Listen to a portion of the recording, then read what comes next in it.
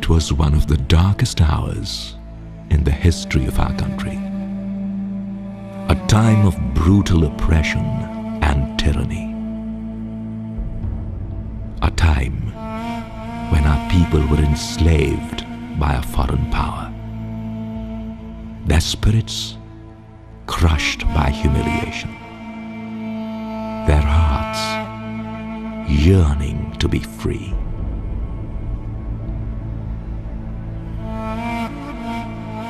It was in the darkness of this turmoil that a tiny lamp of hope was lit. In a humble home in Allahabad was born a man who would one day challenge the mightiest empire in the world with the force of his moral strength and the power of his oratory. Who would fight to protect his country's spiritual, cultural, and intellectual heritage, and spearhead the resurgence of a great civilization. Who would lift his country out of the mire of repression and lead it to a new era of self-respect and modernity.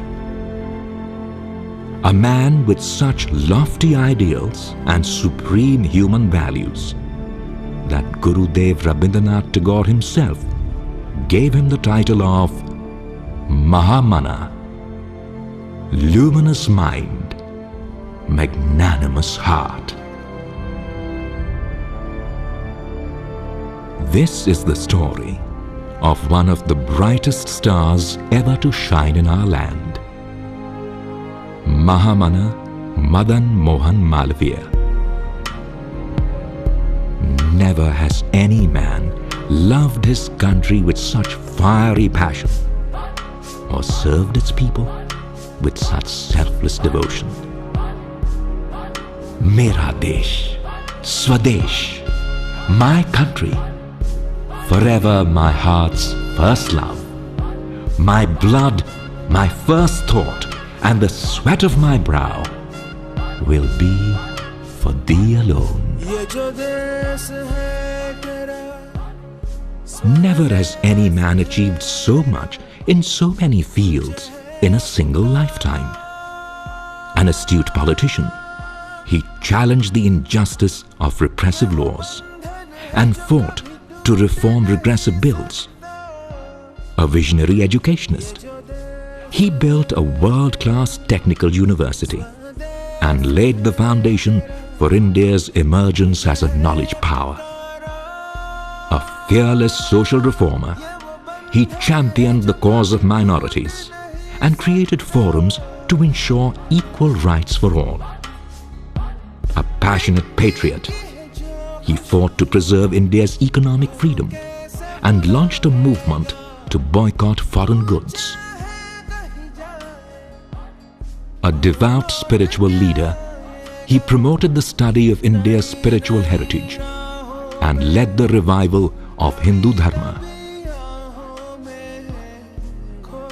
Madan Mohan Malaviya was just 25 years old when he burst onto the national stage. His powerful oratory and brilliant intellect electrified the political stalwarts. In his very first speech, he fearlessly lashed out at the immorality of the British rulers. Those Englishmen who uphold moral values will be saddened to learn that their government treats us like slaves. It is not correct that we are denied the right to have a say in how we are governed. No taxation without representation is the first commandment of the political Bible of the English. Roused by his words, Dadabhai Nauroji said, "In the voice of this young man, we feel the presence of Mother India herself." Madan Mohan Malviya soon became one of the most sought-after leaders in the land and was the only person to be elected 4 times as Congress President. Gandhiji himself said, "When I came back to India, I first went to visit Lokmanya Tilak. I found him as lofty as the Himalaya. It was not possible for me to scale that height. I then went to Sri Gokhale. He appeared to me like a deep ocean. It was not possible for me to enter so deep. Lastly, I approached Malviya ji. He seemed to me as crystal clear as a stream and as pure as the Ganga. I decided to take a dip in the sacred river. Gandhiji often called himself a pujari of Malviya ji. There may be dark spots in my character, but Madan Mohan Malviya is spotless. He is Pratasmarniya, a sage, who, if remembered early in the morning, makes a man rise above the mire of self-centeredness. A visionary leader, Malviya ji did not want to follow India of 5,000 years ago. As far back as 1916, he laid the foundation for the emergence of a vibrant new India and established what was later to be known as the pillar of Indian pride, the Banaras Hindu University. The Banaras Hindu University has been established to bring a special message to the world. We have lit the lamp of knowledge in the temple of learning. It is only men who possess great courage and patience and who have developed in themselves a constant spirit of self-sacrifice, who possess undying devotion to the cause which they have understood to be great and glorious, and who are torchbearers of the future. It is only men like this who can serve an institution like the Banaras Hindu University. Spread over a vast campus with an 8-kilometer long circumference, BHU was and still is the largest residential university in the world and a living symbol of Malviya ji's extraordinary vision of India as a knowledge power. He was the first person to bring together the luminosity of Indian scientific knowledge and the innovative genius of Europe. He sought and won the blessings of 3 of the most eminent scientists of India.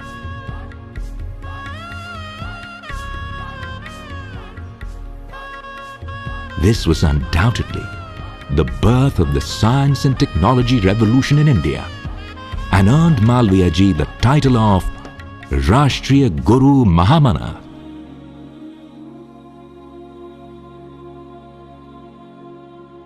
Even as Indians rejoiced at the new beacon of light in their lives, darkness fell with sudden, unexpected horror and ripped apart the very soul of the country.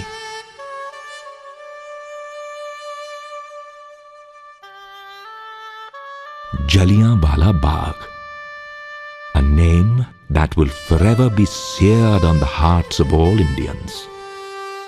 The horror unleashed by General Dwyer on a peaceful gathering and the cold-blooded massacre of thousands of men, women and children affected Malviya ji very deeply. He poured out his anguish in an impassioned address in the Legislative Council. He spoke for a full 5 hours and gave what is considered the most powerful speech in the history of Indian legislature. This was the turning point in Malviya ji's life, and he became the British government's fiercest critic. In 1931, he travelled to London with Mahatma Gandhi and Sarojini Naidu to take part in the Round Table Conference. His eloquence and fearless indictment of the British astounded everyone. Said Arnold Ward, a British MP, Malviya ji is a man of very high caliber. He speaks strongly against the government and lashes the English statesman. There is no other more selfless leader than him in India.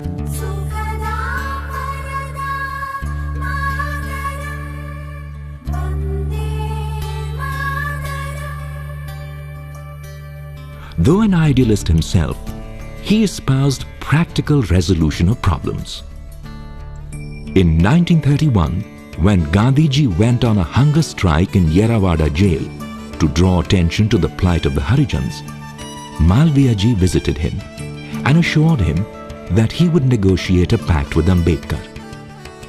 True to his word, he set up the Harijan Seva Sangh to create an all-inclusive society and integrate Dalits into the mainstream. Malviya ji's compassion for the poor was truly exceptional.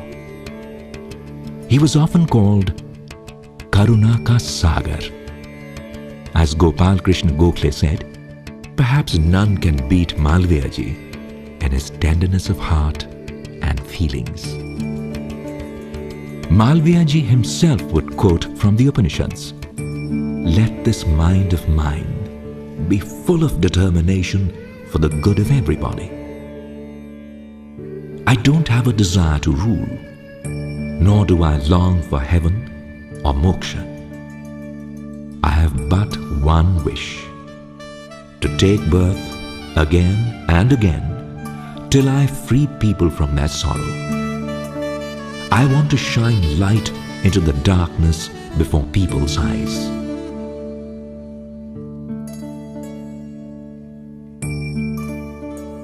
Malviya ji did not live to see the freedom of the country he loved so much.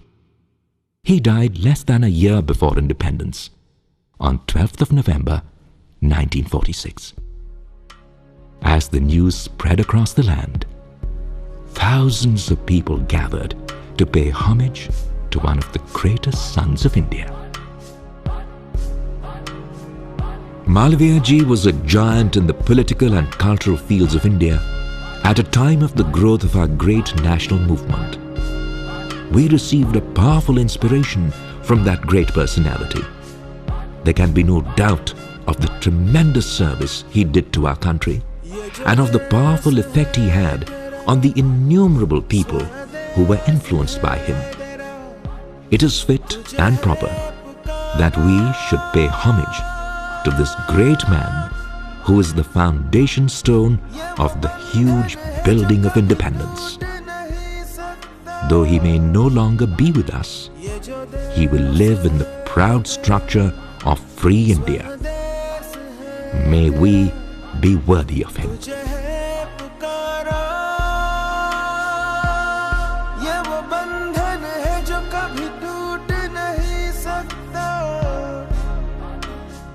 Madan Mohan Malviya ji's legacy has endured.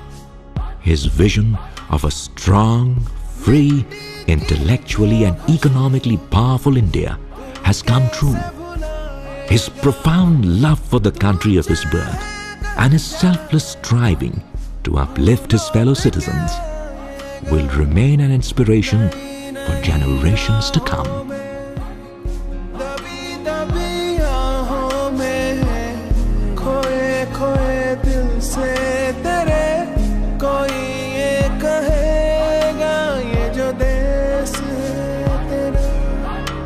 स्वदेश है तेरा, तुझे है पुकारा।